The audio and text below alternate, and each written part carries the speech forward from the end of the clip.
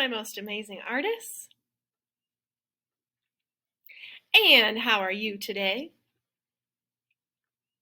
Today will be a great day. Today, we will learn a Filipino folk song. First, we will learn the song. Then, we will read a story about a girl who makes food with her mom. And then, we will play a fun game. What food can you cook? Let's create. Love, Miss Collier. What food can you cook? Ooh, you can make your own cereal. What else? A PB&J, very nice. Anything else? Oh, you can make some noodles. Awesome. Well, Miss Collier has a song today. It's in another language, and I'm going to sing it, and I want you to tell me what you notice. It goes like this. Sao, sao, suka, mahuli, taya. Sao, sao, suka, mahuli, taya.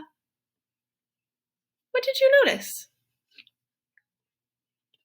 It is in a different language. It's in Tagalog. What else did you notice? I did. I sang all the words 2 times. Can you tap to the beat with me? And we're at the end of the song, we're gonna stop. Here we go. Sao, sao, suka, mahuli, taya. Sao, sao, suka, mahuli, taya. Did you stop at the end? Nice. Did you remember to sing it twice? You're amazing. Let's try it one more time. Find a new place to keep the beat. Here we go. Sao, sao, suka, mahuli, taya. Sao, sao, suka, mahuli, taya. Nice work. My friends, will you repeat after me? Sao, sao, suka. Mahuli, taya. That's right. Say sao, sao. Suka. Mahuli, taya. Sao, sao, suka. Mahuli, taya. Nice. Miss Collier has a story to share for you. And in between some of the pages today, we're going to practice our new song that we just learned. Here we go. But first, I want to show you a picture of the author and the illustrator. So this is the author, Dorina Lazo Gilmore Young. She is multiracial. She's Italian, Filipino. Her father is mainly Filipino, but also Chinese, a little Indian, African, and she's also American. She is the author of this story, and she loves the ocean. And this is Christy Valiant. She is white, an illustrator. She lives in Indiana, which is not very far from us. And in 4th grade, she got in trouble for drawing too much. Huh. Sounds like something that might have happened to Miss Collier. Let's read the story. Cora cooks pancit. And let's see what you notice about this story and if you can make any connections. Here we go. Cora Cooks Pancit, written by Dorina K. Lazo Gilmore and illustrated by Christy Valiant.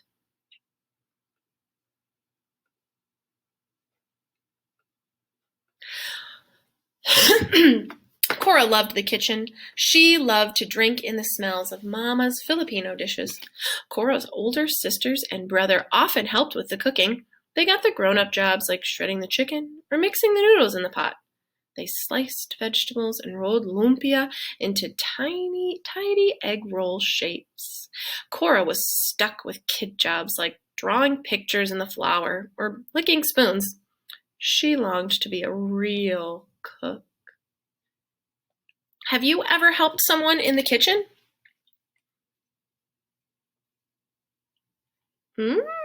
Interesting. Oh, there's my arrow. One day, Cora's three older sisters headed to the mall. Her brother darted outside with his ball glove. Now was her chance. Cora popped her head around the corner. "What are we making today, Mama?" Mama wiped her hands on the front of her red apron. She put her hands on her hips. What would you like to make today?" said Mama in a buttery voice. What do you think she's going to make? What would you make if you could cook anything? What would you make? Ooh, tasty. Cora was surprised that Mama was letting her decide. She scrunched up her pug nose and began to think. All her favorite Filipino foods danced in her head. Lines of lumpia pranced in rows. Adobo chicken legs bebopped in time. She saw a large bowl of pancit. The thick noodles and vegetables curled and swirled in a dance party. Let's go back to our poem. Here we go. Sao sao suka mahulitaya. Sao sao suka mahulitaya. Nice job. I wonder what Cora will pick. Which one do you think she'll pick? Lumpia, adobo chicken legs, or pancit? Will you teach me to make pancit? She asked. Of course, said Mama. Would you like to wear my red apron? Wow, Cora was a real cook now. The apron was a little bit too big, but it would do. Mama helped Cora tie the strings around her back and make a neat bow at her belly button. This apron belonged to Lolo, your grandpa, said Mama. He wore it for the first time he came to California. He was a cook for the Filipino farm workers who picked strawberries and grapes in the fields. Cora calls her grandpa Lolo. That's grandpa in Tagalog. What do you call your grandpa?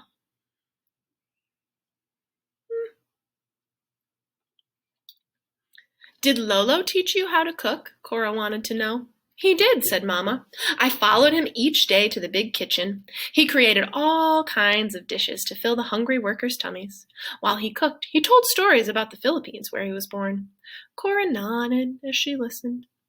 Lolo told us about the countryside where he grew up. His family harvested pineapples, bananas, and papayas.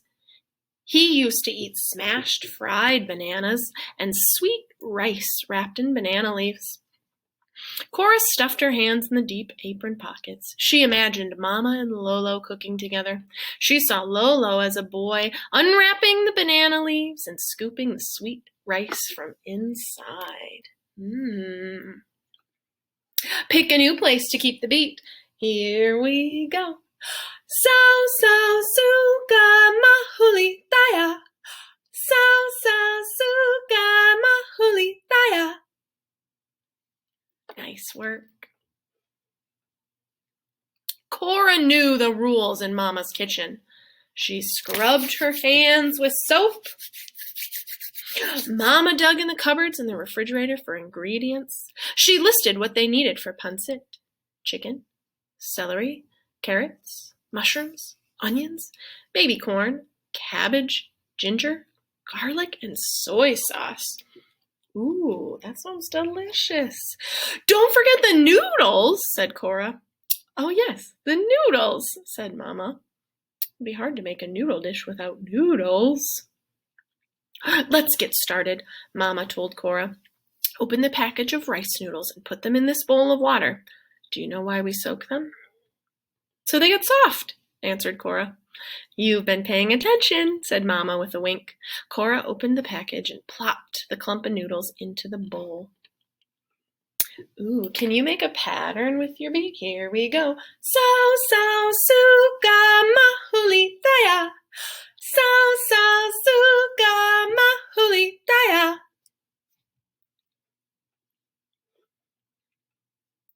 Meanwhile, Mama took out some chicken she had cooked earlier. This was Mama's special stash. She used chicken for all kinds of Filipino dishes like tanggan, chicken curry, and lumpia. Want to help me shred it? Asked Mama. Cora's eyes grew wide. A grown-up job! She was ready. She pulled the chicken pieces apart the way her older sister Prim did.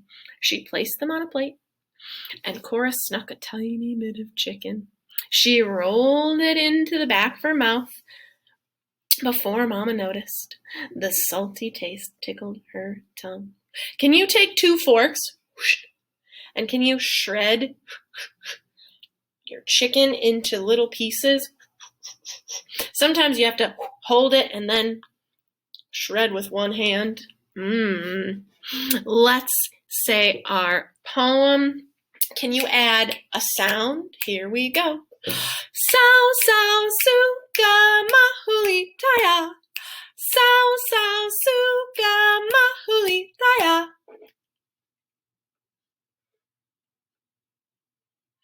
I'll chop, said Mama. Cora arranged the vegetables in neat rows. Mama chopped celery, carrots, cabbage, and onions. When Mama started slicing onions, tears ran down Cora's cheeks. Have you ever cut onions before? Oh my gosh, Miss Collier cries and cries when she's cutting onions. Mama took out her huge pancit pan with the shiny copper outside and big handles. The pan was deep enough to hold all the ingredients. Cora danced on her tiptoes to see inside. Mama asked Cora to step back while she added some oil and the vegetables to the pan. Why do you think she had her step back? Do you know what happens when you add oil to a hot pan? Yeah, it kind of can fly up and hit you, and it might hurt. The pot began to hiss and sizzle. Mama added spices too, garlic, ginger, and a splash of soy sauce. Cora loved the smell of garlic. Can you check the noodles, Cora? Asked Mama. Cora scratched her head. She tried to remember what her sister Sarah did when she checked the noodles. Cora thought she should sniff the noodles, but she picked up the bowl too quickly and water sloshed on the floor. How do you think her mom will react? She made a mess. Let's see. Are you making a mess? Asked Mama with pointy eyebrows. Silly Cora. You just need to touch the noodles with 2 fingers to see if they are soft. Mama laughed and handed Cora a towel to mop up the mess. Mama went to work straining the noodles. How did Mom react to Cora's mess? Yeah, she just helped her clean it up. Was it a big deal? Oh, not really.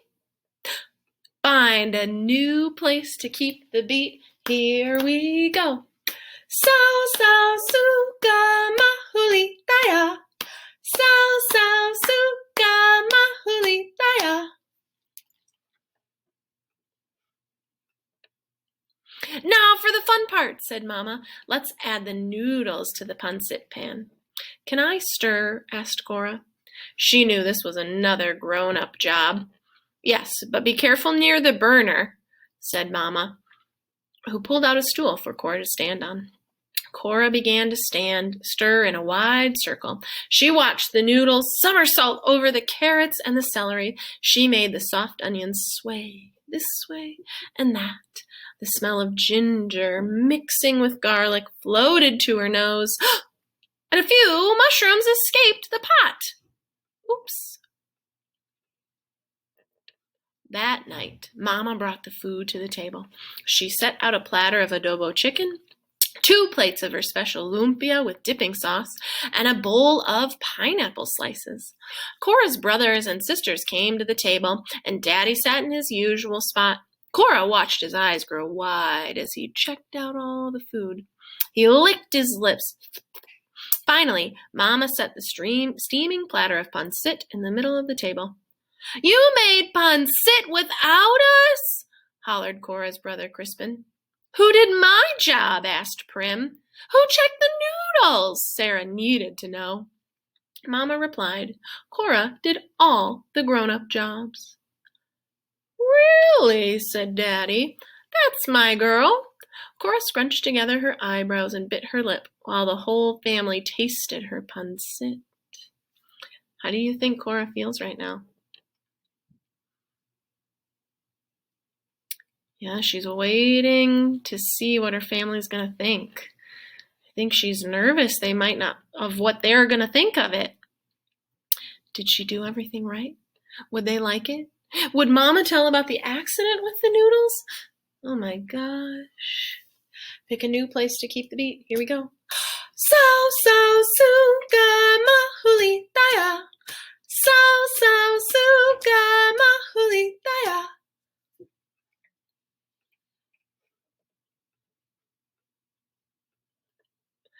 Pretty impressive, smiled Cora's sister Irene. They all ate a big spoonful of pancit and said, not too bad. Cora grinned and her eyes sparkled with delight. Daddy sat back in his chair. This tastes like your Lolo's pancit, he said. Cora beamed with pride. Salamat, she cried out. Thank you. The family laughed. Cora was still wearing Mama's red apron. If we look at this word salamat, we see the word salam. Remember we learned that word last month when we learned how to say peace be with you in Arabic. Salamat comes from the Arabic word salam. Oh my gosh. There it is, salamat. Let's do our poem one more time. Here we go. So, Suka, mahuli, daya. So, Suka, mahuli, daya. Nice work, friends. So I have a question. What did you notice in the story?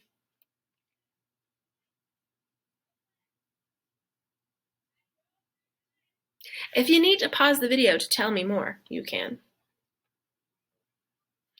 This story is about a Filipino-American family. So they live in America now, but their family came from the Philippines. So, of course, I wanted to show you a picture of where the Philippines are.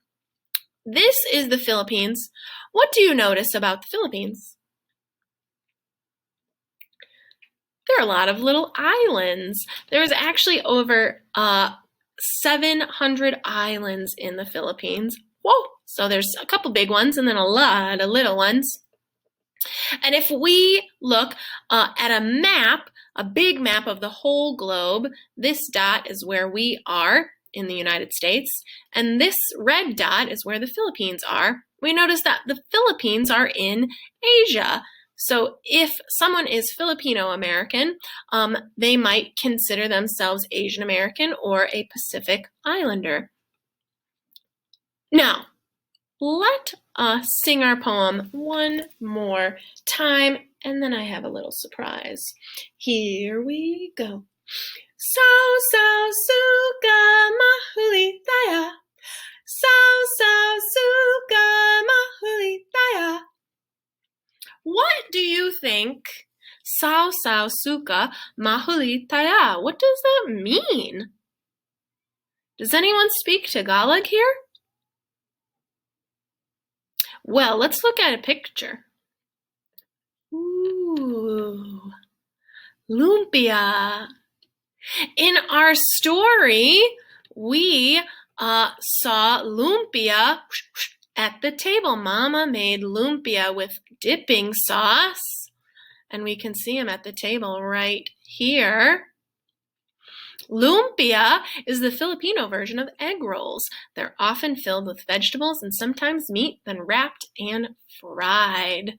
Oh, that sounds so delicious. Well, this song is about lumpia. Sao, Suka means dip in vinegar. We see our dipping sauce here. Sao, Suka, and mahulitaya means the last one is it.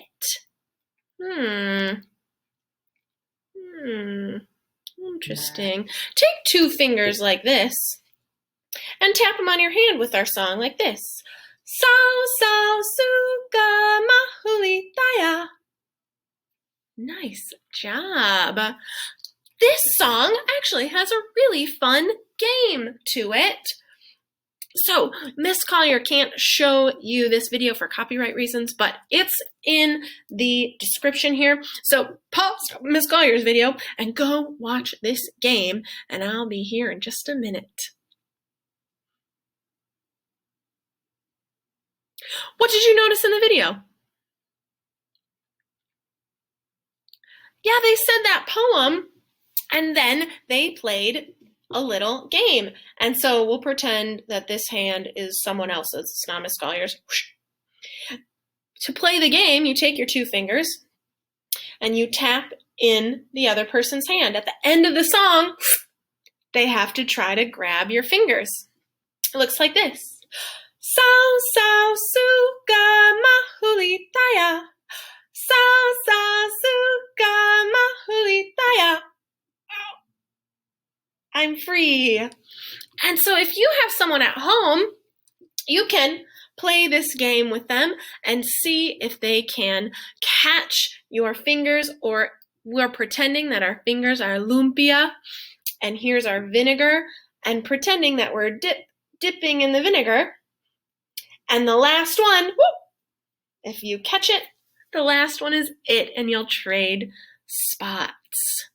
I hope you try out that game at home and learned something new about Filipino Americans. All right, my friends, I hope you have a great day, and I miss you, and I love you, and I'll see you soon. Bye!